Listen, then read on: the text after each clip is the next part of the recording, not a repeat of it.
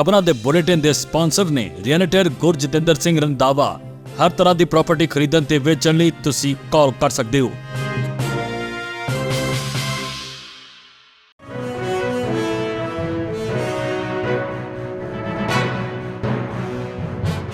सत श्री अकाल, तुसी वेख रहे हो पंजाब मेल USA TV। मैं हाँ संजीव यश खन्ना।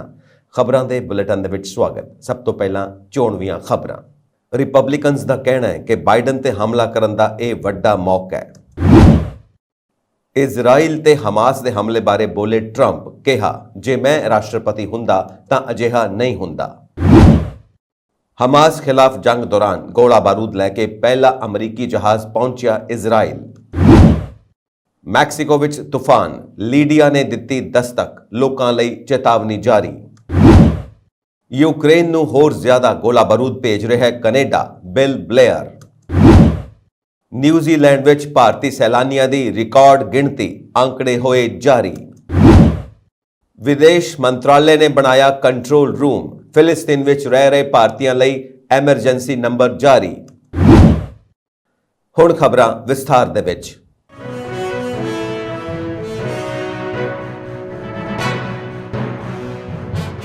बाइडन प्रशासन प्राइवेट सैक्टर ਦੀਆਂ ਕੰਪਨੀਆਂ ਨੂੰ ਖਪਤਕਾਰਾਂ ਤੋਂ ਫੀਸਾਂ ਨੂੰ ਛੁਪਾਉਣ ਤੋਂ ਰੋਕਣ ਲਈ ਇੱਕ ਨਵੇਂ ਨਿਯਮ ਦਾ ਪ੍ਰਸਤਾਵ ਕਰ ਰਿਹਾ ਹੈ। ਜੰਕ ਫੀਸਾਂ ਤੇ ਰਾਸ਼ਟਰਪਤੀ ਦੀ ਅਜੇ ਤੱਕ ਦੀ ਸਭ ਤੋਂ ਵੱਡੀ ਕਾਰਵਾਈ ਹੈ। ਫੈਡਰਲ ਟ੍ਰੇਡ ਕਮਿਸ਼ਨ ਦੇ ਨਿਯਮ ਲਈ ਇਸ ਦੇ ਅਧਿਕਾਰ ਖੇਤਰ ਦੇ ਅਧੀਨ ਸਾਰੇ ਉਦਯੋਗਾਂ ਨੂੰ ਖਪਤਕਾਰਾਂ ਨੂੰ ਪੂਰੀ ਕੀਮਤ ਦਿਖਾਉਣ ਦੀ ਲੋੜ ਹੋਵੇਗੀ, ਜਿਸ ਵਿੱਚ ਸੰਗੀਤ ਸਮਾਰੋਹ ਅਤੇ ਖੇਡਾਂ ਦੀਆਂ ਟਿਕਟਾਂ, ਹੋਟਲ ਦੇ ਕਮਰੇ ਅਤੇ ਅਪਾਰਟਮੈਂਟ ਅਤੇ ਕਾਰ ਰੈਂਟਲ ਸ਼ਾਮਿਲ ਨੇ। ਉਲੰਘਣਾ ਕਰਨ ਵਾਲੇ ਵਿੱਤੀ ਜੁਰਮਾਨੇ ਦੇ ਅਧੀਨ ਹੋਣਗੇ ਅਤੇ ਗਾਹਕਾਂ ਨੂੰ ਮੁਆਵਜ਼ਾ ਦੇਣ ਦੀ ਲੋੜ ਹੋਵੇਗੀ। ਰਾਸ਼ਟਰਪਤੀ ਜੋ ਬਾਈਡਨ ਨੇ ਬੁੱਧਵਾਰ ਨੂੰ ਵਾਈਟ ਹਾਊਸ ਰੋਜ਼ ਗਾਰਡਨ ਤੋਂ ਟਿੱਪਣੀ ਕਰਦਿਆਂ ਜੰਕ ਫੀਸਾਂ ਨੂੰ ਖਤਮ ਕਰਨ ਲਈ ਆਪਣੇ ਪ੍ਰਸ਼ਾਸਨ ਦੀ ਸਭ ਤੋਂ ਵਿਆਪਕ ਕਾਰਵਾਈ ਪ੍ਰਸਤਾਵ ਨੂੰ ਕਿਹਾ। ਜੇ ਇਹਨਾਂ ਨਿਯਮਾਂ ਨੂੰ ਅੰਤਿਮ ਰੂਪ ਦਿੱਤਾ ਜਾਂਦਾ ਹੈ ਤਾਂ ਉਹ ਸਿਰਫ ਸਵੈ ਇੱਛਿਤ ਨਹੀਂ ਹੋਣਗੇ, ਉਹਨਾਂ ਨੂੰ ਲਾਜ਼ਮੀ ਬਣਾਇਆ ਜਾਵੇਗਾ। ਇਹ ਕੰਪਨੀਆਂ ਨੂੰ ਸ਼ਰਮਿੰਦਾ ਕਰਨ ਤੋਂ ਇਲਾਵਾ ਹੋਰ ਕੁਝ ਕਰੇਗਾ। ਇਹ ਇਸ ਨੂੰ ਲਾਜ਼ਮੀ ਬਣਾ ਦੇਵੇਗਾ, ਬਾਈਡਨ ਨੇ ਕਿਹਾ। ਇਹ ਕਦਮ ਉਦੋਂ ਆਇਆ ਕਿਉਂਕਿ ਬਾਈਡਨ ਨੇ ਖਪਤਕਾਰਾਂ ਨੂੰ ਮਦਦ ਲਈ ਜੰਕ ਫੀਸਾਂ ਨਾਲ ਨਜਿੱਠਣ ਨੂੰ ਪ੍ਰਮੁੱਖ ਤਰਜੀਹ ਦਿੱਤੀ ਹੈ। FTC ਦੇ ਅਨੁਸਾਰ ਅਮਰੀਕੀ ਸਮੂਹਿਕ ਤੌਰ ਤੇ ਹਰ ਸਾਲ ਜੰਕ ਫੀਸਾਂ ਵਿੱਚ 10 ਅਰਬ ਡਾਲਰ ਅਦਾ ਕਰਦੇ ਨੇ। FTC ਦੀ ਚੇਅਰ ਲੀਨਾ ਖਾਨ ਨੇ ਫੀਸਾਂ ਦੀ ਤੁਲਨਾ ਇੱਕ ਅਧਿਕ ਟੈਕਸ ਨਾਲ ਕੀਤੀ ਜੋ ਚੁੱਪਚਾਪ ਅਰਥਚਾਰੇ ਵਿੱਚ ਕੀਮਤਾਂ ਨੂੰ ਵਧਾ ਦਿੰਦਾ ਹੈ। ਖਾਨ ਨੇ ਕਿਹਾ, ਜੰਕ ਫੀਸਾਂ ਤੇ ਪਾਬੰਦੀ ਲਗਾਉਣ ਦਾ ਸਾਡਾ ਪ੍ਰਸਤਾਵਿਤ ਨਿਯਮ ਦਾ ਸਿਰਫ ਲੋਕਾਂ ਦੀਆਂ ਜੇਬਾਂ ਵਿੱਚ ਪੈਸਾ ਵਾਪਸ ਕਰੇਗਾ, ਸਗੋਂ ਅਮਰੀਕੀ ਪਰਿਵਾਰਾਂ ਨੂੰ ਨਿਆਂ ਦੀ ਇੱਕ ਡਿਗਰੀ ਬਹਾਲ ਕਰੇਗਾ ਅਤੇ ਸਾਡੇ ਬਾਜ਼ਾਰਾਂ ਵਿੱਚ ਨਿਰਪੱਖਤਾ ਨੂੰ ਬਹਾਲ ਕਰੇਗਾ, ਖਾਨ ਨੇ ਕਿਹਾ। ਨਿਯਮ ਇੱਕ ਜਨਤਕ ਟਿੱਪਣੀ ਦੀ ਮਿਆਦ ਦੇ ਅਧੀਨ ਹੋਵੇਗਾ, ਇਸ ਤੋਂ ਪਹਿਲਾਂ ਕਿ ਇਸ ਨੂੰ FTC ਦੁਆਰਾ ਰਸਮੀ ਤੌਰ ਤੇ ਅਪਣਾਇਆ ਜਾ ਸਕੇ। US ਚੈਂਬਰ ਆਫ ਕਾਮਰਸ ਨੇ ਪ੍ਰਸ਼ਾਸਨ ਨੂੰ ਮੁੜ ਕੋਰਸ ਦੀ ਕਰਨ ਦੀ ਅਪੀਲ ਕੀਤੀ। ਨੀਲ ਬ੍ਰੈਡਲੇ ਕਾਰੋਬਾਰੀ ਸਮੂਹ ਦੇ ਕਾਰਜਕਾਰੀ ਉਪ ਪ੍ਰਧਾਨ ਅਤੇ ਮੁੱਖ ਨੀਤੀ ਅਧਿਕਾਰੀ ਨੇ ਇਸ ਨੂੰ ਹੈਰਾਨ ਕਰਨ ਵਾਲਾ ਕਿਹਾ ਕਿ ਪ੍ਰਸ਼ਾਸਨ ਦਾ ਮੰਨਣਾ ਹੈ ਕਿ ਇਹ ਨਿਯੰਤਰਿਤ ਕਰਕੇ ਉਪਭੋਗਤਾਵਾਂ ਦੀ ਮਦਦ ਕਰੇਗਾ ਕਿ ਕਾਰੋਬਾਰਾਂ ਦੁਆਰਾ ਹਰ ਦਿਨ ਦੇ ਹਰ ਮਿੰਟ ਵਿੱਚ ਲਗਭਗ 4 ਲੱਖ ਟ੍ਰਾਂਜੈਕਸ਼ਨਸ ਦੀ ਕੀਮਤ ਕਿਵੇਂ ਤੈਅ ਕੀਤੀ ਜਾਂਦੀ ਹੈ। ਬ੍ਰੈਡਲੇ ਨੇ ਇੱਕ ਬਿਆਨ ਵਿੱਚ ਕਿਹਾ, ਅਸਲੀਅਤ ਇਹ ਹੈ ਕਿ ਕੀਮਤ ਨਿਯੰਤਰਣ ਦੀ ਇਹ ਕੋਸ਼ਿਸ਼ ਸਿਰਫ ਨਵੀਨਤਾ ਨੂੰ ਰੋਕ ਦੇਵੇਗੀ ਜੋ ਖਪਤਕਾਰਾਂ ਲਈ ਵਧੇਰੇ ਵਿਕਲਪਾਂ ਅਤੇ ਘੱਟ ਕੀਮਤਾਂ ਵੱਲ ਲੈ ਜਾਂਦੀ ਹੈ। ਅਮਰੀਕਨ ਬੈਂਕਰਸ ਐਸੋਸੀਏਸ਼ਨ ਅਤੇ ਕੰਜ਼ਿਊਮਰ ਬੈਂਕਰਸ ਐਸੋਸੀਏਸ਼ਨ ਨੇ ਵੀ ਨਵੀਆਂ ਕਾਰਵਾਈਆਂ ਦੀ ਆਲੋਚਨਾ ਕੀਤੀ। ਇਜ਼ਰਾਈਲ ਤੇ ਹਮਾਸ ਅੱਤਵਾਦੀ ਸੰਗਠਨ ਦੇ ਹਮਲੇ ਨੇ ਅਮਰੀਕਾ ਨੂੰ ਵੀ ਹਿਲਾ ਕੇ ਰੱਖ ਦਿੱਤਾ ਹੈ। ਅਮਰੀਕਾ ਦੇ ਰਾਸ਼ਟਰਪਤੀ ਜੋ ਬਾਈਡਨ ਨੇ ਇਜ਼ਰਾਈਲ ਨੂੰ ਸਰੀਰਕ, ਮਾਨਸਿਕ ਅਤੇ ਵਿੱਤੀ ਸਹਾਇਤਾ ਦਾ ਪੂਰਾ ਭਰੋਸਾ ਦਿੱਤਾ ਹੈ। ਪਰ ਦੂਜੇ ਪਾਸੇ ਅਮਰੀਕਾ ਦੇ ਸਾਬਕਾ ਰਾਸ਼ਟਰਪਤੀ ਡੋਨਾਲਡ ਟਰੰਪ ਨੇ ਹਮਲੇ ਲਈ ਬਾਈਡਨ ਨੂੰ ਜ਼ਿੰਮੇਵਾਰ ਠਹਿਰਾਇਆ ਹੈ। ਉਹਨਾਂ ਨੇ ਆਪਣੇ ਇੱਕ ਭਾਸ਼ਣ ਵਿੱਚ ਕਿਹਾ ਕਿ ਲੋਕ ਸਾਡੇ ਦੇਸ਼ ਵਿੱਚ ਆ ਰਹੇ ਨੇ ਅਤੇ ਸਾਨੂੰ ਨਹੀਂ ਪਤਾ ਕਿ ਉਹ ਕਿੱਥੋਂ ਇੱਥੇ ਆ ਰਹੇ ਨੇ। ਇਹ ਉਹ ਲੋਕ ਵੀ ਹੋ ਸਕਦੇ ਨੇ ਜਿਨ੍ਹਾਂ ਨੇ ਇਜ਼ਰਾਈਲ ਤੇ ਹਮਲਾ ਕੀਤਾ ਸੀ, ਜਿੱਥੇ ਛੋਟੇ ਬੱਚਿਆਂ ਨੂੰ ਵੀ ਬਖਸ਼ਿਆ ਨਹੀਂ ਗਿਆ। ਟਰੰਪ ਨੇ ਕਿਹਾ ਕਿ ਜਦੋਂ ਮੈਂ ਤੁਹਾਡਾ ਅਮਰੀਕਾ ਦਾ ਰਾਸ਼ਟਰਪਤੀ ਸੀ, ਸਾਡੇ ਕੋਲ ਤਾਕਤ ਦੇ ਨਾਲ ਸ਼ਾਂਤੀ ਵੀ ਸੀ। ਹੁਣ ਸਾਡੇ ਦੇਸ਼ ਵਿੱਚ ਮਜਬੂਰੀ, ਕਲੇਸ਼ ਅਤੇ ਹਫੜਾ ਤਫੜੀ ਹੈ। ਜੋ ਅਤਿਆਚਾਰ ਵਰਤਮਾਨ ਵਿੱਚ ਇਜ਼ਰਾਈਲ ਵਿੱਚ ਹੋ ਰਹੇ ਨੇ, ਜੇਕਰ ਮੈਂ ਰਾਸ਼ਟਰਪਤੀ ਹੁੰਦਾ ਤਾਂ ਇਹ ਨਾ ਹੁੰਦਾ। ਸਾਬਕਾ ਰਾਸ਼ਟਰਪਤੀ ਡੋਨਾਲਡ ਟਰੰਪ ਨੇ ਇਹ ਵੀ ਕਿਹਾ ਕਿ ਜਿੱਥੇ ਹਮਾਸ ਵੱਲੋਂ ਕੀਤੇ ਗਏ ਹਮਲੇ ਘਿਨਾਉਣੇ ਨੇ, ਇਜ਼ਰਾਈਲ ਨੂੰ ਆਪਣੀ ਪੂਰੀ ਤਾਕਤ ਨਾਲ ਆਪਣੀ ਰੱਖਿਆ ਕਰਨ ਦਾ ਪੂਰਾ ਅਧਿਕਾਰ ਹੈ। ਇਜ਼ਰਾਈਲੀ ਫੌਜ ਨੇ ਕਿਹਾ ਕਿ ਗਾਜ਼ਾ ਦੇ ਸੱਤਾਧਾਰੀ ਧੜੇ ਹਮਾਸ ਅਤੇ ਲੈਬਨਾਨ ਵਿੱਚ ਅੱਤਵਾਦੀਆਂ ਨਾਲ ਚੱਲ ਰਹੇ ਸੰਘਰਸ਼ ਵਿੱਚ ਦੇਸ਼ ਦੀ ਮਦਦ ਲਈ ਗੋਲਾ ਬਾਰੂਦ ਲੈ ਕੇ ਜਾਣ ਵਾਲਾ ਪਹਿਲਾ ਅਮਰੀਕੀ ਜਹਾਜ਼ ਇਜ਼ਰਾਈਲ ਪਹੁੰਚ ਗਿਆ ਹੈ। ਇਜ਼ਰਾਈਲ ਡਿਫੈਂਸ ਫੋਰਸਿਸ ਦੇ ਬੁਲਾਰੇ ਡੈਨੀਅਲ ਹਾਗਰੀ ਨੇ ਬੁੱਧਵਾਰ ਨੂੰ ਜਾਰੀ ਕੀਤੇ ਇੱਕ ਬਿਆਨ ਵਿੱਚ ਕਿਹਾ ਕਿ ਐਡਵਾਂਸਡ ਗੋਲਾ ਬਾਰੂਦ ਲੈ ਕੇ ਜਹਾਜ਼ ਮੰਗਲਵਾਰ ਰਾਤ ਨੂੰ ਇਜ਼ਰਾਈਲ ਦੇ ਦੱਖਣੀ ਨੇਗੇਵ ਰੇਗਿਸਤਾਨ ਵਿੱਚ ਨੇਵਾਤਿਨ 에ਅਰ ਬੇਸ ਉੱਤੇ ਉਤਰਿਆ। ਯੂਐਸ ਸੈਂਟਰਲ ਕਮਾਂਡ ਨੇ ਆਪਣੇ ਬਿਆਨ ਵਿੱਚ ਕਿਹਾ ਕਿ ਯੂਐਸਐਸ ਗੈਰਾਲਡ ਔਰ Ford carrier strike group Hamas ਦੇ ਖਿਲਾਫ ਇਜ਼ਰਾਈਲੀ ਬਲਾਂ ਦੀ ਸਮਰੱਥਾ ਨੂੰ ਹੋਰ ਮਜ਼ਬੂਤ ਕਰਨ ਅਤੇ ਇਸ ਚੱਲ ਰਹੇ ਸੰਘਰਸ਼ ਨੂੰ ਰੋਕਣ ਲਈ ਪੂਰਬੀ ਮੈਡੀਟੇਰੀਅਨ ਸਾਗਰ ਪਹੁੰਚਿਆ। ਇੱਥੇ ਤੁਹਾਨੂੰ ਦੱਸ ਦਈਏ ਕਿ ਹਮਾਸ ਅਤੇ ਇਜ਼ਰਾਈਲ ਵਿਚਾਲੇ ਜੰਗ ਦਾ ਅੱਜ 5ਵਾਂ ਦਿਨ ਹੈ। ਇਸ ਜੰਗ ਵਿੱਚ ਦੋਵਾਂ ਧਿਰਾਂ ਦਾ ਭਾਰੀ ਨੁਕਸਾਨ ਹੋਇਆ। ਇਸ ਹਮਲੇ ਵਿੱਚ ਦੋਵਾਂ ਪਾਸਿਆਂ ਦੇ ਘੱਟੋ-ਘੱਟ 2100 ਲੋਕ ਆਪਣੀਆਂ ਜਾਨਾਂ ਗਵਾ ਚੁੱਕੇ ਨੇ। ਇਜ਼ਰਾਈਲੀ ਫੌਜ ਨੇ ਕਿਹਾ ਕਿ ਸ਼ਨੀਵਾਰ ਦੀ ਘੁਸਪੈਠ ਤੋਂ ਬਾਅਦ ਇਜ਼ਰਾਈਲ ਵਿੱਚ 155 ਸੈਨਿਕਾਂ ਸਮੇਤ 1200 ਤੋਂ ਵੱਧ ਲੋਕ ਮਾਰੇ ਗਏ ਨੇ। ਉੱਥੇ ਹੀ ਅਧਿਕਾਰੀਆਂ ਅਨੁਸਾਰ ਗਾਜ਼ਾ ਵਿੱਚ 900 ਲੋਕ ਮਾਰੇ ਗਏ ਨੇ, ਜਿਨ੍ਹਾਂ ਵਿੱਚ 260 ਬੱਚੇ ਅਤੇ 230 ਔਰਤਾਂ ਸ਼ਾਮਿਲ ਨੇ। ਮੈਕਸੀਕੋ ਵਿੱਚ ਤੂਫਾਨ ਲੀਡੀਆ ਨੇ ਦਸਤਕ ਦਿੱਤੀ ਹੈ। ਤੂਫਾਨ ਲੀਡੀਆ ਨੇ ਮੰਗਲਵਾਰ ਸ਼ਾਮ ਨੂੰ ਮੈਕਸੀਕੋ ਦੇ ਪ੍ਰਸ਼ਾਂਤ ਤੱਟੀ ਰਿਜ਼ੋਰਟ ਫੁਏਰਟੋ ਵਲਾਰਟਾ ਨੇੜੇ 140 ਮੀਲ ਪ੍ਰਤੀ ਘੰਟਾ ਦੀ ਰਫ਼ਤਾਰ ਸ਼੍ਰੇਣੀ 4 ਦੇ ਤੂਫਾਨ ਵਜੋਂ ਲੈਂਡਫਾਲ ਕੀਤਾ। ਯੂਐਸ ਨੈਸ਼ਨਲ ਹੌਰੀਕੇਨ ਸੈਂਟਰ ਨੇ ਕਿਹਾ ਕਿ ਤੂਫਾਨ ਲੀਡੀਆ ਰਾਜ ਜੈਲਿਸਕੋ ਦੇ ਲਾਸ ਪੈਨੇਟਾਸ ਨੇੜੇ ਜ਼ਮੀਨ ਤੱਕ ਪਹੁੰਚ ਗਿਆ। ਇਹ ਖੇਤਰ ਇੱਕ ਘੱਟ ਆਬਾਦੀ ਵਾਲਾ ਪ੍ਰਾਇਦੀਪ ਹੈ। ਤੂਫਾਨ ਪੋਰਟੋ ਵਲਾਰਟਾ ਦੇ ਦੱਖਣ ਵੱਲ ਵਧ ਰਿਹਾ ਹੈ, ਜੋ ਕਿ ਰਿਜ਼ੋਰਟ ਤੇ ਪੈਣ ਵਾਲੇ ਪ੍ਰਭਾਵ ਨੂੰ ਘੱਟ ਕਰ ਸਕਦਾ ਹੈ। ਸਥਾਨਕ ਅਧਿਕਾਰੀਆਂ ਨੇ ਤੱਟ ਦੇ ਆਸ-ਪਾਸ ਦੇ ਭਾਈਚਾਰਿਆਂ ਵਿੱਚ ਕਲਾਸਾਂ ਰੱਦ ਕਰ ਦਿੱਤੀਆਂ ਨੇ। ਸੰਭਾਵਿਤ ਪ੍ਰਭਾਵ ਟ੍ਰੋਪੀਕਲ ਤੂਫਾਨ ਮੈਕਸ ਦੇ ਸੈਂਕੜੇ ਮੀਲ ਦੂਰ ਦੱਖਣੀ ਪ੍ਰਸ਼ਾਂਤ ਤੱਟ ਨਾਲ ਟਕਰਾਉਣ ਅਤੇ ਫਿਰ ਖਤਮ ਹੋਣ ਤੋਂ ਇੱਕ ਦਿਨ ਬਾਅਦ ਆਇਆ। ਮੈਕਸ ਤੋਂ ਬਾਰਿਸ਼ ਨੇ ਦੱਖਣੀ ਰਾਜ ਗੁਆਰੇਰੋ ਵਿੱਚ ਇੱਕ ਤੱਟਵਰਤੀ ਹਾਈਵੇ ਦਾ ਕੁਝ ਹਿੱਸਾ ਪ੍ਰਭਾਵਿਤ ਕੀਤਾ। ਲੀਡੀਆ ਮੰਗਲਵਾਰ ਨੂੰ ਪੋਰਟੋ ਵਲਾਰਟਾ ਤੋਂ ਲਗਭਗ 35 ਮੀਲ ਦੱਖਣ ਪੱਛਮ ਵੱਲ ਕੇਂਦਰਿਤ ਸੀ ਅਤੇ ਲਗਭਗ 16 ਮੀਲ ਪ੍ਰਤੀ ਘੰਟਾ ਦੀ ਰਫ਼ਤਾਰ ਨਾਲ ਪੂਰਬ ਉੱਤਰ ਪੂਰਬ ਵੱਲ ਵਧ ਰਿਹਾ ਸੀ। ਤੂਫਾਨ ਕੇਂਦਰ ਨੇ ਤੂਫਾਨ ਤੋਂ ਸੰਭਾਵਿਤ ਹੜ੍ਹ ਅਤੇ ਤੂਫਾਨ ਵਧਣ ਦੀ ਚੇਤਾਵਨੀ ਦਿੱਤੀ ਹੈ। ਅੱਤਵਾਦੀ ਸਮੂਹ ਹਮਾਸ ਅਤੇ ਇਜ਼ਰਾਈਲ ਵਿਚਾਲੇ ਸੰਘਰਸ਼ ਭਿਆਨਕ ਰੂਪ ਧਾਰਦਾ ਜਾ ਰਿਹਾ ਹੈ। ਹਰ ਦਿਨ ਕਈ ਲੋਕਾਂ ਦੀ ਮੌਤ ਹੋ ਰਹੀ ਹੈ। ਵਿਦੇਸ਼ਾਂ ਤੋਂ ਆਏ ਲੋਕ ਉੱਥੇ ਡਰ ਦੇ ਸਾਏ ਹੇਠ ਆਪਣੀ ਜਾਨ ਬਚਾਉਣ ਦੀਆਂ ਕੋਸ਼ਿਸ਼ਾਂ ਕਰ ਰਹੇ ਨੇ। ਇਸ ਸੰਘਰਸ਼ ਵਿੱਚ 2 ਕੈਨੇਡੀਅਨਸ ਨਾਗਰਿਕਾਂ ਦੀ ਮੌਤ ਹੋ ਚੁੱਕੀ ਹੈ। ਕੈਨੇਡਾ ਦੇ ਵਿਦੇਸ਼ ਮਾਮਲਿਆਂ ਦੀ ਮੰਤਰੀ ਮੈਲਾਨੀਆ ਜੋਲੀ ਨੇ ਬੁੱਧਵਾਰ ਨੂੰ ਪੁਸ਼ਟੀ ਕੀਤੀ ਕਿ ਕੈਨੇਡੀਅਨਸ ਦੀ ਮੌਤ ਦੀ ਪੁਸ਼ਟੀ ਕੀਤੀ ਗਈ ਹੈ, ਜਦਕਿ ਇੱਕ ਹੋਰ ਨਾਗਰਿਕ ਦੀ ਵੀ ਮੌਤ ਦਾ ਹੋਣ ਦਾ ਖਦਸ਼ਾ ਹੈ। ਉਹਨਾਂ ਨੇ ਕਿਹਾ ਕਿ ਨਾਗਰਿਕਾਂ ਅਤੇ ਉਹਨਾਂ ਦੇ ਪਰਿਵਾਰਾਂ ਦੀ ਸਹਾਇਤਾ ਹਫ਼ਤੇ ਦੇ ਅੰਤ ਤੱਕ ਸ਼ੁਰੂ ਹੋ ਜਾਵੇਗੀ। ਜੋਲੀ ਨੇ ਕਿਹਾ ਕਿ ਸਰਕਾਰ 3 ਹੋਰ ਕੈਨੇਡੀਅਨਸ ਦੇ ਲਾਪਤਾ ਹੋਣ ਦੀਆਂ ਰਿਪੋਰਟਾਂ ਦੀ ਜਾਂਚ ਕਰ ਰਹੀ ਹੈ, ਪਰ ਇਹ ਪੁਸ਼ਟੀ ਨਹੀਂ ਹੋਈ ਕਿ ਕੋਈ ਕੈਨੇਡੀਅਨ ਬੰਧਕ ਹੈ। ਸ਼ੁਰੂਆਤੀ ਤੌਰ ਤੇ 3 ਕੈਨੇਡੀਅਨਸ ਦੀ ਮਾਰੇ ਜਾਣ ਦੀ ਪੁਸ਼ਟੀ ਕਰਨ ਤੋਂ ਬਾਅਦ ਜੋਲੀ ਅਤੇ ਗਲੋਬਲ ਅਫੇਅਰਸ ਕੈਨੇਡਾ ਦੀ ਕੌਂਸਲਰ ਸੁਰੱਖਿਆ ਅਤੇ ਐਮਰਜੈਂਸੀ ਪ੍ਰਬੰਧਨ ਲਈ ਸਹਾਇਕ ਡਿਪਟੀ ਮੰਤਰੀ ਜੂਲੀ ਨੇ ਸਪਸ਼ਟ ਕੀਤਾ ਕਿ ਤੀਜੇ ਨਾਗਰਿਕ ਦੀ ਮੌਤ ਦਾ ਅਜੇ ਖਦਸ਼ਾ ਹੀ ਹੈ, ਕਿਉਂਕਿ ਇਜ਼ਰਾਈਲੀ ਅਧਿਕਾਰੀਆਂ ਨੇ ਪੁਸ਼ਟੀ ਨਹੀਂ ਕੀਤੀ। ਜੋਲੀ ਨੇ ਕਿਹਾ ਕਿ ਸਰਕਾਰ 3 ਹੋਰ ਕੈਨੇਡੀਅਨਸ ਦੇ ਲਾਪਤਾ ਹੋਣ ਦੀਆਂ ਰਿਪੋਰਟਾਂ ਦੀ ਪੈਰਵੀ ਕਰ ਰਹੀ ਹੈ ਅਤੇ ਉਹ ਸਹਾਇਤਾ ਦੀ ਪੇਸ਼ਕਸ਼ ਕਰਨ ਲਈ ਇਹਨਾਂ ਵਿਅਕਤੀਆਂ ਦੇ ਪਰਿਵਾਰ ਦੇ ਸੰਪਰਕ ਵਿੱਚ ਹੈ ਅਤੇ ਅਧਿਕਾਰੀ ਵਾਧੂ ਜਾਣਕਾਰੀ ਇਕੱਠੀ ਕਰਨ ਲਈ ਸਥਾਨਕ ਅਧਿਕਾਰੀਆਂ ਦੇ ਸੰਪਰਕ ਵਿੱਚ ਨੇ।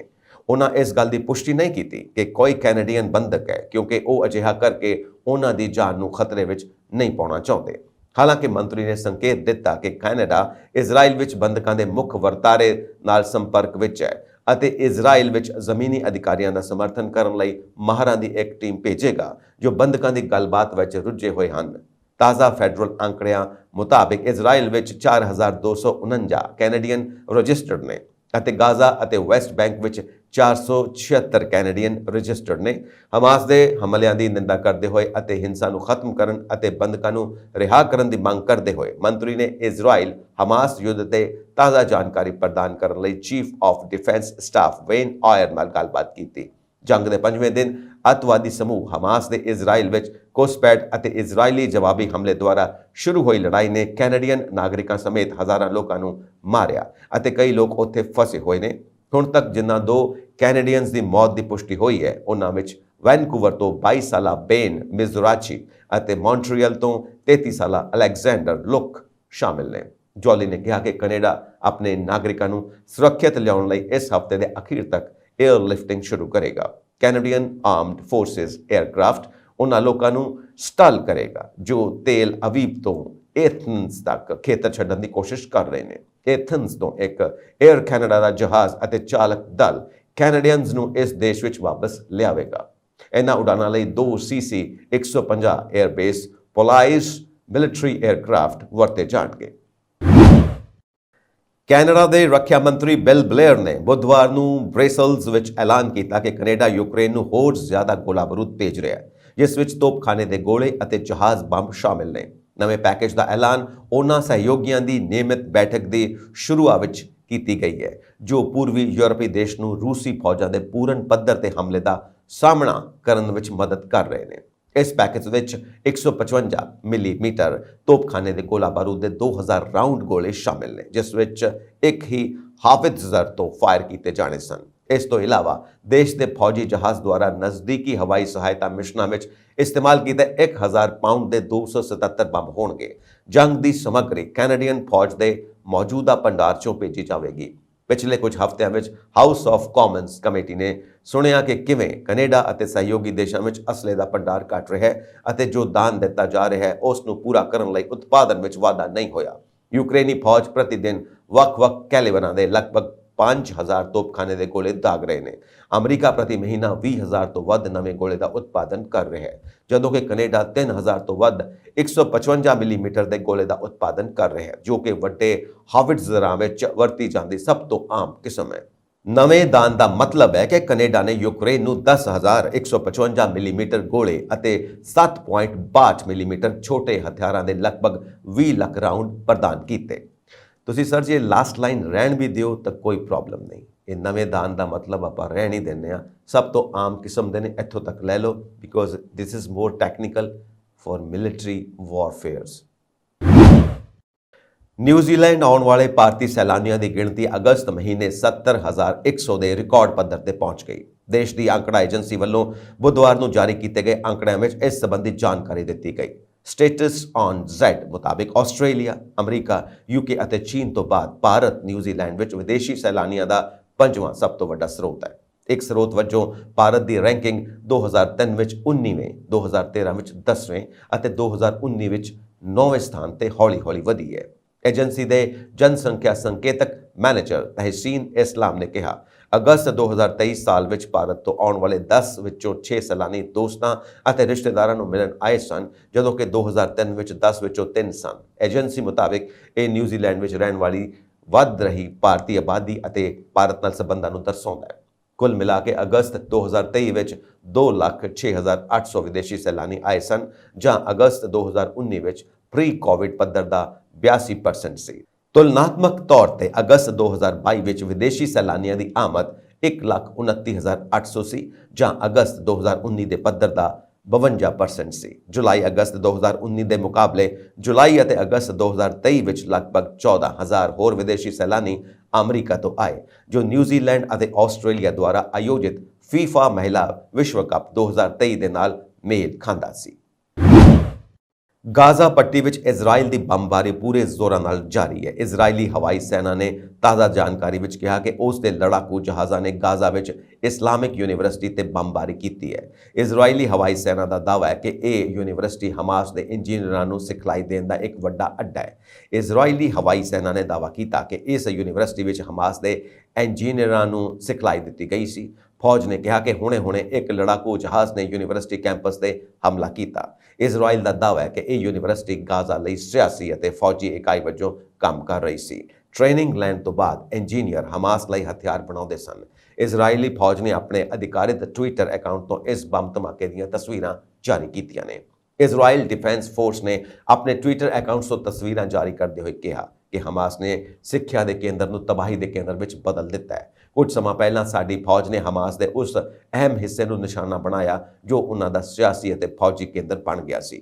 ਹਮਾਸ ਨੇ ਇਸ ਯੂਨੀਵਰਸਿਟੀ ਵਿੱਚ ਇੱਕ ਸਿਖਲਾਈ ਕੈਂਪ ਬਣਾਇਆ ਹੋਇਆ ਸੀ ਅਤੇ ਇੱਥੇ ਹਥਿਆਰ ਬਣਾਏ ਜਾ ਰਹੇ ਸਨ ਅਤੇ ਇੱਥੇ ਲੋਕਾਂ ਨੂੰ ਮਿਲਟਰੀ ਇੰਟੈਲੀਜੈਂਸ ਸਿਖਾਈ ਜਾ ਰਹੀ ਸੀ। ਦੱਸ ਦਈਏ ਕਿ ਇਜ਼ਰਾਈਲ ਅਤੇ ਹਮਾਸ ਵਿਚਾਲੇ ਭਿਆਨਕ ਜੰਗ ਚੌਥੇ ਦਿਨ ਵੀ ਜਾਰੀ ਹੈ। ਇਜ਼ਰਾਈਲੀ ਫੌਜ ਗਾਜ਼ਾ ਪੱਟੀ ਵਿੱਚ ਕਈ ਟਿਕਾਣਿਆਂ ਨੂੰ ਤਬਾਹ ਕਰ ਰਹੀ ਹੈ। ਲੈਬਨਾਨ ਦੇ ਰਾਜ ਮੀਡੀਆ ਨੇ ਦੱਸਿਆ ਕਿ ਦੱਖਣੀ ਲੈਬਨਾਨ ਤੋਂ ਇਜ਼ਰਾਈਲ ਵੱਲ ਰੌਕਟਾਂ ਦਾ ਇੱਕ ਤਾਜ਼ਾ ਗੋਲਾ ਦਾਗਿਆ ਗਿਆ। ਇੱਕ ਫੌਜ ਸੂਤਰ ਅਨੁਸਾਰ ਇੱਕ ਹਮਲੇ ਤੋਂ ਬਾਅਦ ਉਸ ਵੇਲੇ ਜਵਾਬੀ ਕਾਰਵਾਈ ਕੀਤੀ ਗਈ। ਉਧਰ ਇਜ਼ਰਾਈਲ ਨੇ ਹਿਜ਼ਬੁੱਲਾ ਨੂੰ ਗਾਜ਼ਾ ਨਾਲ ਜੰਗ ਵਿੱਚ ਸ਼ਾਮਿਲ ਹੋਣ ਵਿਰੁੱਧ ਚੇਤਾਵਨੀ ਦਿੱਤੀ ਹੈ। ਇਹ ਤੀਜਾ ਦਿਨ ਸੀ ਜਦੋਂ ਸਰਹੱਦੀ ਖੇਤਰ ਵਿੱਚ ਗੋਲੀਬਾਰੀ ਹੋਈ ਅਤੇ ਅਜਿਹਾ ਉਦੋਂ ਹੋਇਆ ਜਦੋਂ ਹਮਾਸ ਦੇ ਅੱਤਵਾਦੀਆਂ ਨੇ ਹਫ਼ਤੇ ਦੇ ਅੰਤ ਵਿੱਚ ਨਾਕਾਬੰਦੀ ਕੀਤੇ ਗਾਜ਼ਾ ਪੱਟੀ ਤੋਂ ਇਜ਼ਰਾਈਲ ਦੇ ਦੱਖਣੀ ਹਿੱਸੇ ਤੇ ਬੇਮਿਸਾਲ ਬਹੁਪੱਖੀ ਹਮਲਾ ਕੀਤਾ ਸੀ। ਰਾਕੇਟ ਸੈਲਵੋ ਹੁਣ ਦੱਖਣੀ ਲੈਬਨਾਨ ਤੋਂ ਉੱਤਰੀ ਫਿਲਿਸਤੀਨ ਵੱਲ ਲਾਂਚ ਕੀਤੇ ਜਾ ਰਹੇ ਨੇ। ਹਿਜ਼ਬੁੱਲਾ ਨੇ ਲੈਬਨਾਨੀ ਫੌਜ ਅਤੇ ਅੰਤਰਰਾਸ਼ਟਰੀ ਯੂਨੀਫਿਲ ਬਲਾਂ ਨੂੰ ਸਰਹੱਦ ਤੋਂ ਸੀਰੀਆ ਥਾਵਾਂ ਨੂੰ ਤੁਰੰਤ ਖਾਲੀ ਕਰਨ ਲਈ ਸੂਚਿਤ ਕੀਤਾ। ਹਿਜ਼ਬੁੱਲਾ ਨੇ ਲੈਬਨਾਨੀ ਇਜ਼ਰਾਈਲੀ ਸਰਹੱਦ ਤੇ ਰੂਸੀ ਕੋਰਨੇਟ ਮਿਜ਼ਾਈਲਾਂ ਨਾਲ ਇਜ਼ਰਾਈਲੀ ਫੌਜ ਦੇ 2 ਬਖਤਰਬੰਦ ਕਰਮਚਾਰੀ ਕੈਰੀਅਰਾਂ ਨੂੰ ਤਬਾਹ ਕਰ ਦਿੱਤਾ। ਸਰਕਾਰੀ ਨੈਸ਼ਨਲ ਨਿਊਜ਼ ਏਜੰਸੀ ਨੇ ਕਿਹਾ ਦੱਖਣੀ ਲੈਬਨਾਨ ਤੋਂ ਗੈਲੀਲੀ ਵੱਲ ਉੱਤਰੀ ਇਜ਼ਰਾਈਲ ਵਿੱਚ ਰਾਕੇਟ ਦਾਗੇ ਗਏ ਸਨ। ਜਵਾਬੀ ਕਾਰਵਾਈ ਵਿੱਚ ਇਜ਼ਰਾਈਲੀ ਗੋਲੀਬਾਰੀ ਸ਼ੁਰੂ ਹੋ ਗਈ। ਫੌਜੀ ਸੂਤਰਾਂ ਨੇ ਦੱਸਿਆ ਕਿ ਰਾਕੇਟ ਟਾਇਰ ਦੇ ਦੱਖਣੀ ਲੈਬਨਾਨ ਜ਼ਿਲ੍ਹੇ ਵਿੱਚ ਸਥਿਤ ਕਲਾਈਲੇ ਸ਼ਹਿਰ ਤੋਂ ਦਾਗੇ ਗਏ। NNA ਅਨੁਸਾਰ ਲੈਬਨਾਨੀ ਪੱਖ ਤੋਂ ਕਿਸੇ ਜਾਨੀ ਨੁਕਸਾਨ ਦੀ ਕੋਈ ਤੁਰੰਤ ਰਿਪੋਰਟ ਨਹੀਂ ਹੈ। ਕਿਸੇ ਵੀ ਸਮੂਹ ਨੇ ਤੁਰੰਤ ਰਾਕੇਟ ਹਮਲੇ ਦਾ ਦਾਅਵਾ ਨਹੀਂ ਕੀਤਾ। ਇਜ਼ਰਾਈਲੀ ਬਲਾਂ ਨੇ ਕਿਹਾ ਲੈਬਨਾਨੀ ਖੇਤਰ ਤੋਂ ਇਜ਼ਰਾਈਲੀ ਖੇਤਰ ਵਿੱਚ ਪਛਾਣੇ ਗਏ ਲਾਂਚਾਂ ਦੇ ਜਵਾਬ ਵਿੱਚ IDF ਦੇ ਸੈਨਿਕ ਵਰਤਮਾਨ ਵਿੱਚ ਤੋਪਖਾਨੇ ਨਾਲ ਜਵਾਬ ਦੇ ਰਹੇ ਨੇ। ਸੰਯੁਕਤ ਰਾਸ਼ਟਰ ਦੀ ਅੰਤਰਿਮ ਫੋਰਸ ਵਿੱਚ ਲੈਬਨਾਨ ਜੋ ਕਿ ਲੈਬਨਾਨ ਅਤੇ ਇਜ਼ਰਾਈਲ ਵਿਚਕਾਰ ਬਫਰ ਵਜੋਂ ਕੰਮ ਕਰਦੀ ਹੈ, ਉਸਨੇ ਕਿਹਾ ਕਿ ਉਹ ਇਸ ਬੇहद ਖਤਰਨਾਕ ਸਥਿਤੀ ਨੂੰ ਘੱਟ ਕਰਨ ਲਈ ਦੋਵਾਂ ਧਿਰਾਂ ਦੇ ਸੰਪਰਕ ਵਿੱਚ ਹੈ। ਈਰਾਨ ਸਮਰਪਿਤ ਸਮੂਹ ਅਨੁਸਾਰ ਲੈਬਨਾਨ ਵਿੱਚ ਇਜ਼ਰਾਈਲੀ ਹਮਲਿਆਂ ਵਿੱਚ ਹਿਜ਼ਬੁੱਲਾ ਦੇ 3 ਮੈਂਬਰਾਂ ਦੇ ਮਾਰੇ ਜਾਣ ਤੋਂ ਇੱਕ ਦਿਨ ਬਾਅਦ ਮੰਗਲਵਾਰ ਦੀ ਸਰਹੱਦੀ ਅਦਲਾ ਬਦਲੀ ਹੋਈ। ਇੱਥੇ ਦੱਸ ਦਈਏ ਕਿ 2006 ਵਿੱਚ ਹਿਜ਼ਬੁੱਲਾ ਅਤੇ ਇਜ਼ਰਾਈਲ ਨੇ 34 ਦਿਨਾਂ ਦੀ ਲੜਾਈ ਲੜੀ ਸੀ, ਜਿਸ ਵਿੱਚ ਲੈਬਨਾਨ ਵਿੱਚ 1200 ਤੋਂ ਵੱਧ ਲੋਕ ਮਾਰੇ ਗਏ ਸਨ, ਜਿਨ੍ਹਾਂ ਵਿੱਚ ਜ਼ਿਆਦਾਤਰ ਨਾਗਰਿਕ ਸਨ। ਉਧਰ ਇਜ਼ਰਾਈਲ ਵਿੱਚ 160 ਲੋਕ ਮਾਰੇ ਗਏ ਨੇ, ਜਿਨ੍ਹਾਂ ਵਿੱਚ ਜ਼ਿਆਦਾਤਰ ਸੈਨਿਕ ਨੇ। ਯੂਕਰੇਨ ਦੇ ਰਾਸ਼ਟਰਪਤੀ ਵਲਾਦੀਮੀਰ ਜ਼ੈਲੈਂਸਕੀ ਨੇ ਨਾਟੋ ਮੁਲਕਾਂ ਦੇ 50 ਤੋਂ ਵੱਧ ਰੱਖਿਆ ਮੰਤਰੀਆਂ ਦੀ ਮੀਟਿੰਗ ਵਿੱਚ ਸ਼ਿਰਕਤ ਕਰਦਿਆਂ ਰੂਸ ਖਿਲਾਫ ਜੰਗ ਵਿੱਚ ਆਪਣੇ ਮੁਲਕ ਲਈ ਹੋਰ ਫੌਜੀ ਸਹਾਇਤਾ ਭੇਜਣ ਦੀ ਮੰਗ ਕੀਤੀ। ਹਮਾਸ ਨਾਲ ਜੰਗ ਵਿੱਚ ਇਜ਼ਰਾਈਲ ਨੂੰ ਹੋਰ ਹਥਿਆਰ ਭੇਜਣ ਦੇ ਪਾਈਵਾਲਾਂ ਤੇ ਨਵੇਂ ਦਬਾਅ ਦਰਮਿਆਨ ਜ਼ੈਲੈਂਸਕੀ ਫਿਕਰਮੰਦ ਦਿਖਾਈ ਦਿੱਤੇ। ਨਾਟੋ ਮੁਲਕ ਹੁਣ ਯੂਕਰੇਨ ਨੂੰ ਸਹਾਇਤਾ ਦੇਣ ਤੇ ਵੰਡੇ ਹੋਏ ਨਜ਼ਰ ਆ ਰਹੇ ਨੇ ਅਤੇ ਇਸ ਗੱਲ ਦੀ ਵੀ ਚਿੰਤਾ ਹੋ ਰਹੀ ਹੈ ਕਿ ਯੂਕਰੇਨੀ ਫੌਜ ਜਵਾਬੀ ਕਾਰਵਾਈ ਵਿੱਚ ਬਹੁਤ ਹੀ ਸਫਲ ਦਿਖਾਈ ਨਹੀਂ ਦੇ ਰਹੀ। ਜ਼ੈਲੈਂਸਕੀ ਨੇ ਮੀਟਿੰਗ ਦੌਰਾਨ ਆਪਣੇ ਭਾਸ਼ਣ ਵਿੱਚ ਕਿਹਾ ਕਿ ਅਗਲੇ ਸੋਮਵਾਰ ਰੂਸ ਖਿਲਾਫ ਲੜਾਈ ਨੂੰ 600 ਦਿਨ ਹੋ ਜਾਣਗੇ।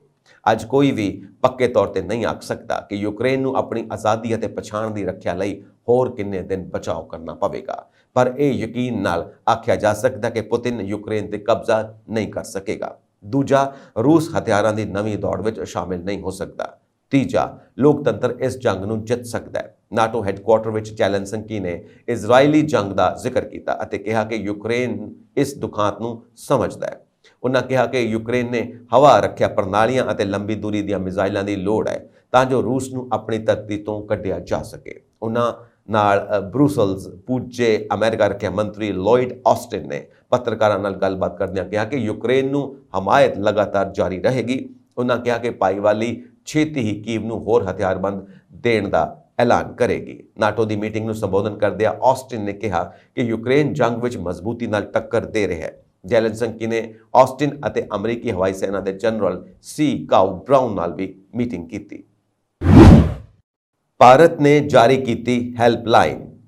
ਇਜ਼ਰਾਈਲ ਵਿੱਚ ਹਮਾਸ ਦੇ ਹਮਲਿਆਂ ਨਾਲ 1200 ਤੋਂ ਵੱਧ ਦੀ ਮੌਤ ਹੋਈ ਹੈ ਤੇ ਗਾਜ਼ਾ ਪੱਟੀ ਵਿੱਚ ਇਜ਼ਰਾਈਲੀ ਹਵਾਈ ਫੌਜ ਦੇ ਵਾਰ ਨਾਲ 900 ਤੋਂ ਵੱਧ ਲੋਕ ਜਾਨ ਗੁਆ ਚੁੱਕੇ ਨੇ। ਇਸੇ ਦਰਮਿਆਨ ਵਿਦੇਸ਼ ਮੰਤਰਾਲੇ ਨੇ ਇਜ਼ਰਾਈਲ ਫਿਲਿਸਤੀਨ ਦੇ ਸੰਘਰਸ਼ ਨੂੰ ਦੇਖਦੇ ਹੋਏ 24 ਘੰਟੇ ਚੱਲਣ ਵਾਲਾ ਕੰਟਰੋਲ ਰੂਮ ਸਥਾਪਿਤ ਕੀਤਾ। ਕੰਟਰੋਲ ਰੂਮ ਸਥਿਤੀ ਦੀ ਨਿਗਰਾਨੀ ਦੇ ਨਾਲ ਜਾਣਕਾਰੀ ਤੇ ਸਹਾਇਤਾ ਪ੍ਰਦਾਨ ਕਰਨ ਵਿੱਚ ਮਦਦ ਕਰੇਗਾ। ਇਸ ਦੌਰਾਨ ਤੇਲ ਅਵੀਵ ਇਜ਼ਰਾਈਲ ਵਿੱਚ ਭਾਰਤੀ ਦੂਤਾਵਾਸ ਨੇ 24 ਘੰਟੇ ਐਮਰਜੈਂਸੀ ਹੈਲਪਲਾਈਨ ਸਥਾਪਿਤ ਕੀਤੀ ਹੈ, ਜਿਸ ਨੂੰ +972 35 22 67 48 ਅਤੇ +97 25 43 27 83 92 ਤੇ ਸੰਪਰਕ ਕੀਤਾ ਜਾ ਸਕਦਾ ਹੈ ਤੇ ਨਾਲ ਹੀ ਵੈਬਸਾਈਟ ਹੈ cons1.televiv@mea.go.in ਤੇ ਐਕਸੈਸ ਕੀਤਾ ਜਾ ਸਕਦਾ ਹੈ।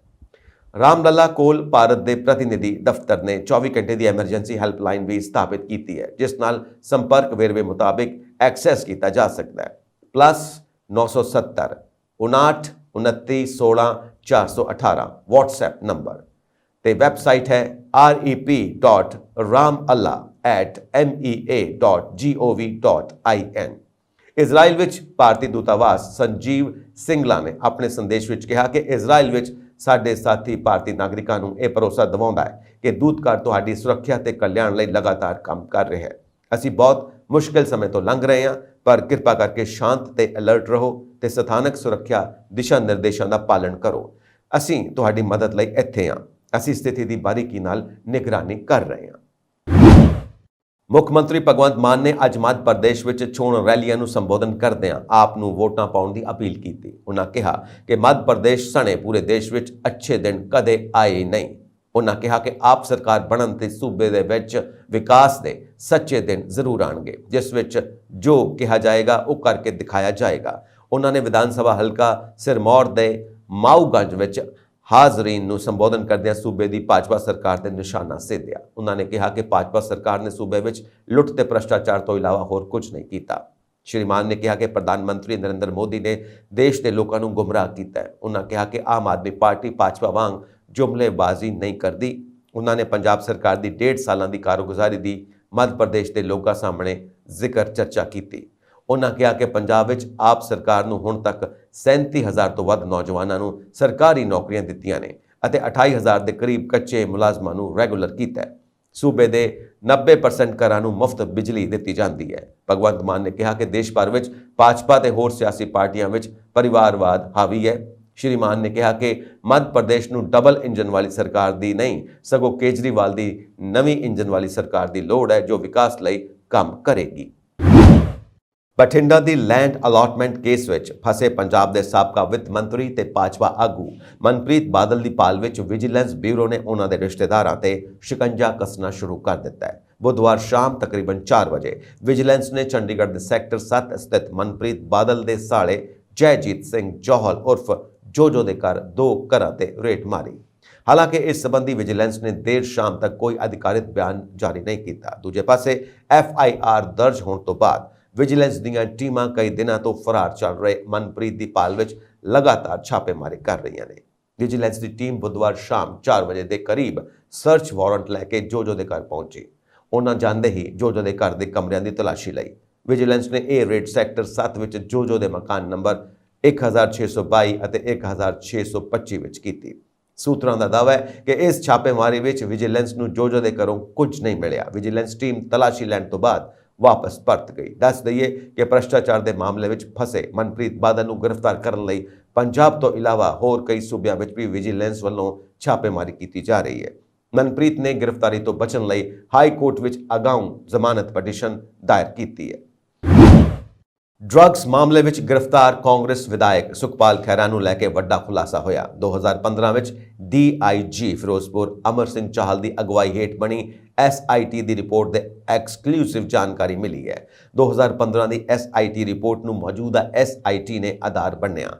ਪੂਰਾ ਮਾਮਲਾ ਇੰਟਰਨੈਸ਼ਨਲ ਡਰੱਗਸ ਕਾਰਟੇਲ ਦਾ ਸੀ, ਜਿਸ ਦਾ ਮੁੱਖ ਮੁਲਜ਼ਮ ਮੇਜਰ ਸਿੰਘ ਬਾਜਵਾ ਸੀ, ਜੋ ਈਸਟ ਲੰਡਨ ਦਾ ਰਹਿਣ ਵਾਲਾ ਸੀ। ਮੇਜਰ ਸਿੰਘ ਬਾਜਵਾ ਦਾ ਪਾਕਿਸਤਾਨ ਬੇਸਡ ਇਮਤਿਆਜ਼ ਕਾਲਾ ਨਾਲ ਸਿੱਧਾ ਸੰਬੰਧ ਸੀ। ਇਮਤਿਆਜ਼ ਕਾਲਾ ISI ਦਾ ਡਰੱਗ ਹੈਂਡਲਰ ਸੀ, ਜੋ ਭਾਰਤ ਵਿੱਚ ਡਰੱਗਸ ਸਪਲਾਈ ਕਰਦਾ ਹੈ। ਦੂਜੇ ਪਾਸੇ ਮੇਜਰ ਸਿੰਘ ਬਾਜਵਾ ਗੁਰਦੇਵ ਸਿੰਘ ਨਾਲ ਸਿੱਧੇ ਸੰਪਰਕ ਵਿੱਚ ਸੀ। ਗੁਰਦੇਵ ਸਿੰਘ ਦੀ ਭੈਣ ਚਰਨਜੀਤ ਕੌਰ ਈਸਟ ਲੰਡਨ ਵਿੱਚ ਰਹਿੰਦੀ ਸੀ। ਅਜਿਹਾ ਸਾਬਿਤ ਹੁੰਦਾ ਹੈ ਕਿ ਗੁਰਦੇਵ ਸਿੰਘ ਅਤੇ ਮੇਜਰ ਬਾਜਵਾ ਦਰਮਿਆਨ ਦੀ ਅਹਿਮ ਕੜੀ ਚਰਨਜੀਤ ਕੌਰ ਸੀ। ਪੁਲਿਸ ਨੇ ਆਪਣੀ ਕਾਰਵਾਈ ਵਿੱਚ ਇਸ ਰੈਕੇਟ ਤੋਂ ਵੱਡੀ ਰਿਕਵਰੀ ਕੀਤੀ। 1 kilo 800 gram heroin, 24 gold biscuit, 333 gram, ਇੱਕ ਕੰਟਰੀ ਮੇਡ ਪਿਸਤੌਲ, 2 ਕਾਰਤੂਸਾਂ ਨਾਲ ਇੱਕ ਰਿਵਾਲਵਰ, 25 ਕਾਰਤੂਸਾਂ ਨਾਲ 2 ਪਾਕਿਸਤਾਨੀ ਸਿਮ, ਇੱਕ ਮੋਬਾਈਲ, ਇੱਕ ਟਾਟਾ ਸਫਾਰੀ X UV ਜੋ ਗੁਰਦੇਵ ਸਿੰਘ ਚੇਅਰਮੈਨ ਦੇ ਨਾਂ ਸੀ। ਇਹਨਾਂ ਦਾ ਪਾਕਿਸਤਾਨ ਵਿੱਚ ਬੈਠੇ ਇਮਤਿਆਜ਼ ਕਾਲਾ ਨਾਲ ਸੰਪਰਕ ਸੀ, ਜੋ ਲਾਹੌਰ ਦਾ ਰਹਿਣ ਵਾਲਾ ਸੀ। SIT 2015 ਦੀ ਰਿਪੋਰਟ ਮੁਤਾਬਿਕ ਸੁਖਪਾਲ ਸਿੰਘ ਖਹਿਰਾ ਇਸ ਡਰੱਗਸ ਸਮਗਲਿੰਗ ਦੇ ਮਾਡਿਊਲ ਨਾਲ ਸੰਪਰਕ ਵਿੱਚ ਸਨ, ਜਿਸ ਵਿੱਚ ਚਰਨਜੀਤ ਕੌਰ ਨਾਲ ਉਹਨਾਂ ਸਿੱਧੀ ਗੱਲ ਕੀਤੀ। ਖਹਿਰਾ ਨੇ ਆਪਣੇ ਡਰਾਈਵਰ ਮਨਜੀਤ ਅਤੇ ਆਪਣੇ PA ਮਨੀਸ਼ ਦੇ ਫੋਨ ਤੋਂ ਚਰਨਜੀਤ ਕੌਰ ਨਾਲ ਗੱਲ ਕੀਤੀ। SIT ਦੀ ਰਿਪੋਰਟ ਮੁਤਾਬਿਕ ਕਨਵਰਸੇਸ਼ਨ ਚਾਰਟ 4 ਮਾਰਚ 2015 ਨੂੰ ਇਹ ਦਿਖਾਉਂਦਾ ਹੈ ਕਿ ਚਰਨਜੀਤ ਕੌਰ, ਗੁਰਦੇਵ ਸਿੰਘ, ਸੁਖਪਾਲ ਸਿੰਘ ਖਹਿਰਾ ਆਪਸ ਵਿੱਚ ਇੱਕ ਦੂਜੇ ਦੇ ਸੰਪਰਕ ਵਿੱਚ ਸਨ। PSO ਜੋਗਾ ਸਿੰਘ ਰਾਹੀਂ ਗੁਰਦੇਵ ਸਿੰਘ ਸੁਖਪਾਲ ਸਿੰਘ ਖਹਿਰਾ ਨਾਲ ਸੰਪਰਕ ਕਰਦਾ ਸੀ। ਰਿਪੋਰਟ ਮੁਤਾਬਿਕ ਸੁਖਪਾਲ ਖਹਿਰਾ ਨੇ ਗੁਰਦੇਵ ਸਿੰਘ ਐਕਸ ਚੇਅਰਮੈਨ ਨੂੰ ਬਚਾਉਣ ਦੀ ਕੋਸ਼ਿਸ਼ ਕੀਤੀ। ਚਰਨਜੀਤ ਕੌਰ ਲਗਾਤਾਰ ਸੁਖਪਾਲ ਖਹਿਰਾ ਅਤੇ ਗੁਰਦੇਵ ਸਿੰਘ ਦੇ ਸੰਪਰਕ ਵਿੱਚ ਸੀ। ਚਰਨਜੀਤ ਕੌਰ ਨੇ ਗੁਰਦੇਵ ਸਿੰਘ ਨੂੰ 20 ਅਤੇ ਸੁਖਪਾਲ ਖਹਿਰਾ ਨੂੰ 16 ਕਾਲਾਂ ਕੀਤੀਆਂ। ਚਰਨਜੀਤ ਕੌਰ ਨੇ ਇੱਕ ਕਾਨਫਰੰਸ ਕਾਲ ਖਹਿਰਾ ਦੇ ਪੀਏ ਮਨੀਸ਼ ਨੂੰ ਕੀਤੀ। ਚਰਨਜੀਤ ਕੌਰ ਨੇ ਜੋਗਾ ਸਿੰਘ ਜੋ ਕਿ ਖਹਿਰਾ ਦਾ ਪੀਏਓ ਸੀ ਉਸ ਨੂੰ 8 ਕਾਲਾਂ ਕੀਤੀਆਂ। ਮੇਜਰ ਬਾਜਵਾ ਨੇ ਗੁਰਦੇਵ ਸਿੰਘ ਨਾਲ 14 ਵਾਰ ਫੋਨ ਤੇ ਗੱਲ ਕੀਤੀ। ਜਦੋਂ ਗੁਰਦੇਵ ਸਿੰਘ ਐਕਸ ਚੇਅਰਮੈਨ 27/2/2015 ਤੋਂ 8/3/2015 ਦਰਮਿਆਨ ਫਰਾਰ ਸੀ, ਉਸ ਦੌਰਾਨ ਉਸਨੇ 5 ਵਾਰ ਸੁਖਪਾਲ ਸਿੰਘ ਖਹਿਰਾ ਨਾਲ ਗੱਲਬਾਤ ਕੀਤੀ ਅਤੇ ਚਰਨਜੀਤ ਕੌਰ ਨੇ ਸੁਖਪਾਲ ਖਹਿਰਾ ਨਾਲ 15 ਵਾਰ ਗੱਲਬਾਤ ਕੀਤੀ, ਜਿਸ ਵਿੱਚ 4 ਵਾਰ ਖਹਿਰਾ ਦੇ ਨੰਬਰ ਤੇ, 10 ਵਾਰ ਜੋਗਾ ਸਿੰਘ ਦੇ ਨੰਬਰ ਤੇ ਅਤੇ 1 ਵਾਰ ਪੀਏ ਮਨੀਸ਼ ਦੇ ਨੰਬਰ ਤੇ ਗੱਲ ਕੀਤੀ। ਗੁਰਦੇਵ ਸਿੰਘ ਅਤੇ ਖਹਿਰਾ ਦਰਮਿਆਨ ਨੇੜਲੇ ਸੰਬੰਧ ਸਨ, ਜਿਸ ਦਾ ਅੰਦਾਜ਼ਾ ਉਹਨਾਂ ਦਰਮਿਆਨ ਹੋਈਆਂ 92 ਕਾਲਾਂ ਤੋਂ ਲੱਗਾ। 14 ਮਾਰਚ 2016 ਦੀ ਕੇਸ ਡਾਇਰੀ ਵਿੱਚ ਐਸਆਈ ਯਸ਼ਵੰਤ ਸਿੰਘ ਅਤੇ ਡੀਐਸਪੀ ਅਜਮੇਰ ਸਿੰਘ ਨੇ ਪਾਇਆ ਕਿ ਐਕਸ ਚੇਅਰਮੈਨ ਗੁਰਦੇਵ ਸਿੰਘ ਨੇ ਕਬੂਲ ਕੀਤਾ ਕਿ ਉਹ ਖਹਿਰਾ ਨਾਲ ਸੰਪਰਕ ਵਿੱਚ ਸੀ ਅਤੇ ਉਸਨੇ ਗੁਰਦੇਵ ਸਿੰਘ ਨੂੰ ਬਚਾਉਣ ਦੀ ਕੋਸ਼ਿਸ਼ ਵੀ ਕੀਤੀ ਸੀ। ਨਾਲ ਹੀ ਗੁਰਦੇਵ ਸਿੰਘ ਨੇ ਮੰਨਿਆ ਕਿ ਉਸਨੇ ਸੁਖਪਾਲ ਖਹਿਰਾ ਨੂੰ ਚੋਣਾਂ ਵਿੱਚ ਫੰਡਿੰਗ ਵੀ ਕੀਤੀ ਸੀ। ਖਹਿਰਾ ਨੇ ਉਸ ਨੂੰ ਕਿਹਾ ਸੀ ਕਿ ਜੇਕਰ ਉਹ ਡਰੱਗਸ ਸਮਗਲਿੰਗ ਵਿੱਚ ਫੜਿਆ ਜਾਂਦਾ ਹੈ ਤਾਂ ਉਹ ਉਸ ਨੂੰ ਬਚਾਵੇਗਾ। ਪੰਜਾਬ ਲਈ ਖੁਸ਼ਖਬਰੀ। ਪੰਜਾਬ ਦੇ ਵਿੱਤ ਆਬਕਾਰੀ ਅਤੇ ਕਰ ਮੰਤਰੀ ਐਡਵੋਕੇਟ ਹਰਪਾਲ ਸਿੰਘ ਚੀਮਾ ਨੇ ਅੱਜ ਇੱਥੇ ਦੱਸਿਆ ਕਿ ਜੁਲਾਈ 2017 ਤੋਂ ਮਾਰਚ 2022 ਦੀ ਮਿਆਦ ਲਈ ਵਸਤੂਆਂ ਅਤੇ ਸੇਵਾਵਾਂ ਕਰ ਦੇ ਅਧੀਨ ਬਕਾਇਆ ਮੁਆਵਜ਼ੇ ਵਜੋਂ ਪੰਜਾਬ ਨੂੰ ਭਾਰਤ ਸਰਕਾਰ ਤੋਂ 3670.64 ਕਰੋੜ ਰੁਪਏ ਪ੍ਰਾਪਤ ਹੋਏ ਨੇ। ਇਸ ਮਾਮਲੇ ਬਾਰੇ ਵਿਸਤਾਰ ਨਾਲ ਜਾਣਕਾਰੀ ਦਿੰਦੇ ਹੋਏ ਆਬਕਾਰੀ ਤੇ ਕਰ ਮੰਤਰੀ ਹਰਪਾਲ ਸਿੰਘ ਚੀਮਾ ਨੇ ਦੱਸਿਆ ਕਿ GST ਅਧੀਨ ਮੁਆਵਜ਼ੇ ਦੀ ਮਿਆਦ 30 ਜੂਨ 2022 ਨੂੰ ਖਤਮ ਹੋ ਗਈ ਸੀ। ਹਾਲਾਂਕਿ ਪੰਜਾਬ ਸਰਕਾਰ ਨੇ ਆਬਕਾਰੀ ਅਤੇ ਕਰ ਵਿਭਾਗ ਪੰਜਾਬ ਰਾਹੀਂ ਭਾਰਤ ਸਰਕਾਰ ਕੋਲ ਬਕਾਇਆ GST ਮੁਆਵਜ਼ੇ ਦਾ ਮੁੱਦਾ ਉਠਾਇਆ ਸੀ। ਉਹਨਾਂ ਕਿਹਾ ਕਿ ਸੂਬੇ ਦੇ ਲਗਾਤਾਰ ਅਤੇ ਅਣਥਕ ਯਤਨਾਂ ਸਦਕਾ ਭਾਰਤ ਸਰਕਾਰ ਵੱਲੋਂ ਜੁਲਾਈ 2017 ਤੋਂ ਮਾਰਚ 2022 ਦੀ ਮਿਆਦ ਦੇ ਬਕਾਇਆ ਮੁਆਵਜ਼ੇ ਵਜੋਂ ਰਾਜ ਨੂੰ 3670.64 ਕਰੋੜ ਰੁਪਏ ਦੀ ਰਾਸ਼ੀ ਜਾਰੀ ਕਰਨ ਲਈ ਅੱਜ 11 ਅਕਤੂਬਰ 2023 ਨੂੰ ਮਨਜ਼ੂਰੀ ਦੇ ਹੁਕਮ ਜਾਰੀ ਕੀਤੇ ਗਏ ਨੇ। ਹਰਪਾਲ ਸਿੰਘ ਚੀਮਾ ਨੇ ਬਕਾਇਆ ਮੁਆਵਜ਼ਾ ਰਾਸ਼ੀ ਜਾਰੀ ਕਰਨ ਲਈ ਕੇਂਦਰੀ ਵਿੱਤ ਮੰਤਰੀ ਦਾ ਧੰਨਵਾਦ ਕਰਨ ਦੇ ਨਾਲ ਕੰਟਰੋਲਰ ਅਤੇ ਆਡੀਟਰ ਜਨਰਲ ਦਫ਼ਤਰ ਅਤੇ ਪੰਜਾਬ ਦੇ ਪ੍ਰਮੁੱਖ ਮਹਾਲੇਖਾਕਾਰ ਦਾ ਧੰਨਵਾਦ ਕੀਤਾ। ਉਹਨਾਂ ਨੇ ਬਕਾਇਆ ਮੁਆਵਜ਼ਾ ਰਾਸ਼ੀ ਨੂੰ ਪ੍ਰਾਪਤ ਕਰਨ ਲਈ ਆਬਕਾਰੀ ਅਤੇ ਕਰ ਵਿਭਾਗ ਪੰਜਾਬ ਦੇ ਫੀਲਡ ਅਤੇ ਮੁੱਖ ਦਫ਼ਤਰ ਦੇ ਅਧਿਕਾਰੀਆਂ ਦੇ ਮਿਸਾਲੀ ਕੰਮ ਦੀ ਵੀ ਸ਼ਲਾਘਾ ਕੀਤੀ। ਵਿੱਤ ਮੰਤਰੀ ਚੀਮਾ ਨੇ ਦੱਸਿਆ ਕਿ ਆਬਕਾਰੀ ਤੇ ਕਰ ਵਿਭਾਗ ਨੇ ਇਹ ਪ੍ਰਾਪਤੀ ਵਿੱਤ ਕਮਿਸ਼ਨਰ ਕਰ ਵਿਕਾਸ ਪ੍ਰਤਾਪ ਅਤੇ ਕਮਿਸ਼ਨਰ ਕਰ ਅਰਸ਼ਦੀਪ ਸਿੰਘ ਥਿੰਦ ਦੀ ਸਿੱਧੀ ਨਿਗਰਾਨੀ ਅਤੇ ਰਹਿਨੁਮਾਈ ਹੇਠ ਕੀਤੀ ਹੈ। ਉਹਨਾਂ ਵਧੀਕ ਕਮਿਸ਼ਨਰ ਆਡਿਟ ਰਵਨੀਤ ਸਿੰਘ ਖੁਰਾਣਾ ਅਤੇ DCFA ਹਰਪ੍ਰੀਤ ਕੌਰ ਵੱਲੋਂ ਕੀਤੇ ਗਏ ਯਤਨਾਂ ਦਾ ਵਿਸ਼ੇਸ਼ ਤੌਰ ਤੇ ਜ਼ਿਕਰ ਕੀਤਾ। ਵਿੱਤ ਮੰਤਰੀ ਨੇ ਪ੍ਰਮੁੱਖ ਸਕੱਤਰ ਵਿੱਤ AK ਸਿਨਹਾ, ਸਕੱਤਰ ਖਰਚਾ ਮੁਹੰਮਦ ਤਾਯੂਬ ਅਤੇ ਵਿਸ਼ੇਸ਼ ਸਕੱਤਰ ਵਿੱਤ ਯਸ਼ਨਮੀਤ ਸਿੰਘ ਸਮੇਤ ਵਿੱਤ ਵਿਭਾਗਾਂ ਦੇ ਅਧਿਕਾਰੀਆਂ ਦੀ ਭੂਮਿਕਾ ਦੀ ਵੀ ਸ਼ਲਾਘਾ ਕੀਤੀ। ਇਹ ਸਨ ਅੱਜ ਦੀਆਂ ਮੁੱਖ ਖਬਰਾਂ। ਹੋਰ ਅਪਡੇਟਸ ਦੇ ਲਈ ਵੇਖਦੇ ਰਹੋ ਪੰਜਾਬ ਮੇਲ USA TV। ਸਤਿ ਸ਼੍ਰੀ ਅਕਾਲ।